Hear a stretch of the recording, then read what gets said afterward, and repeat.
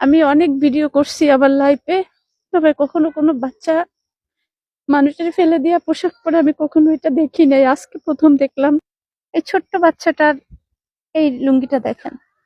আপনারা বলবেন যে আমি ছিঁড়ে দিছি, না আমি ছিঁড়ে দিই নাই, আসলে লুঙ্গিটা এরকম ছিঁড়া ছিল।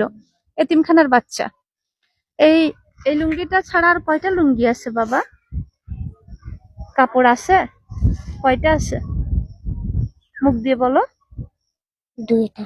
দুইটা। বাবা নাম কি? সোহাইল। সোহেলের কি বাবা আছে? হ্যাঁ, না। বাবাকে দেখছিলা? হ্যাঁ, মা আছে? কয় ভাই বোন? দুই ভাই। দুই ভাই। আপনার এই এই কয়টা পোশাক আছে বাবা?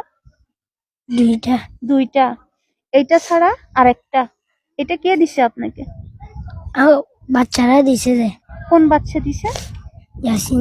ইয়াসিন।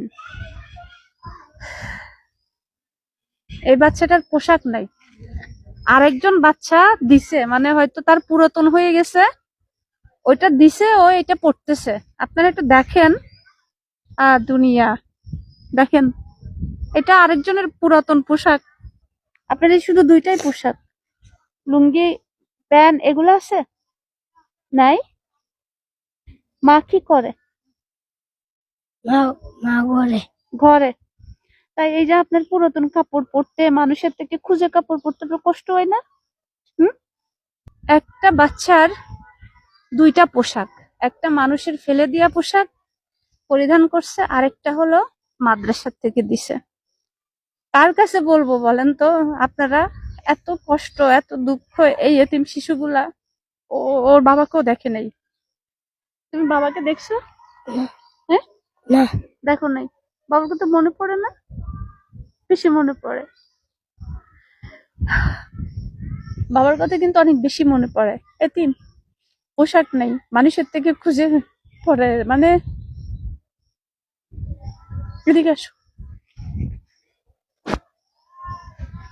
আমি অনেক ভিডিও করছি আবার লাইভে, তবে কখনো কোনো বাচ্চা মানুষের ফেলে দেওয়া পোশাক পরে আমি কখনো এটা দেখি নাই, আজকে প্রথম দেখলাম, শুনলাম যে এই বাচ্চাটার বাবা দেখে মারা গেছে, দেখে নাই, তবে ও আরেকজনের ব্যবহৃত একটা পোশাক ফেলে দেয়, সেটা ওর গায়ে, এটা ও খুঁটে নিছে। বাবা, মা খুব শীঘ্রই তোমার জন্য জুব্বা নিয়ে আসবো। হ্যাঁ, আমি তো জানতাম না যে তোমার পোশাক নাই, আজকে আম্মু লুঙ্গি দিছি না, অন্যদিন আমি জুব্বা নিয়ে আসবো। হ্যাঁ, মন খারাপের কিছু নেই, আল্লাহ সহায় আছে, কারণ তুমি এতিম।